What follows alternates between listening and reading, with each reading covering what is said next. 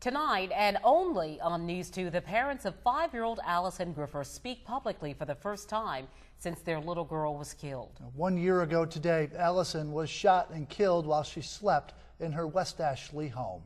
The Griffor family recently spoke exclusively with News 2's Rebecca Ryan. She joins us with the story. The healing continues for that family. You know, it really does. Initially, investigators thought that this was just an attempted home invasion, and then they decided it must be a case of mistaken identity. And in their exclusive interview with me about the murder, William and Jennifer Griffor recall what happened that night, and they share how their family has found strength to move forward.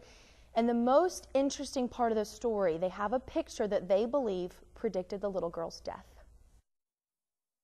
Drawn the night before she was murdered, the parents of 5-year-old Allison Griffor believe this picture was a foreshadow of the deadly shooting. This looks like a bullet heading to Allison's name.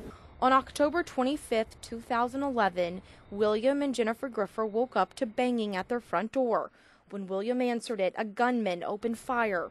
Some of the pellets from the shotgun buzzed through their Pierpont Avenue home, hitting Allison where she slept. That night that she didn't do her homework, she made a large drawing. She actually, months and months later, and we were looking for something to put on her grave bench over there, we found this picture that she drew, and it's actually, she drew the whole night what happened. Dated October 24th, William and Jennifer believe this is their front door where William was shot. This is William missing his right arm, the place where the pellets grazed him. And this is tiny Allison, with a red band marking the place she was shot, and this, her spirit going to heaven. Now, she's got check marks all around here, and check marks, to me, usually mean you're done with something, so this is a symbol that she's done. What I see when she drew this picture is that the blood of the Lamb saved Allison so that she could go to heaven, and that the Holy Spirit was at the side of her bed, and he took her there. In the year following her murder, the family struggles to find normalcy. They've traveled from city to city, too scared to stop anywhere for long. They met me at her gravesite in a cemetery outside Detroit. Don't really sleep at nights anymore. I'm up at the night. No one has been charged with a murder. They didn't mean to kill my little girl. They meant to shoot into the house and scare us, probably run off, and they probably didn't mean to shoot her. And I forgive them. It's in God's hands, and he'll sort it out. All I know is that my little girl's not here anymore.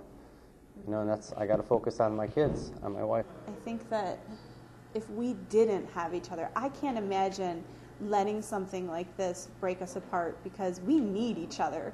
We need each other more than ever now. And they say they have to be strong for Allison's brothers. I hope that the bad guys can change and they can find God, and then they can be good and go to heaven. So what's next for this family?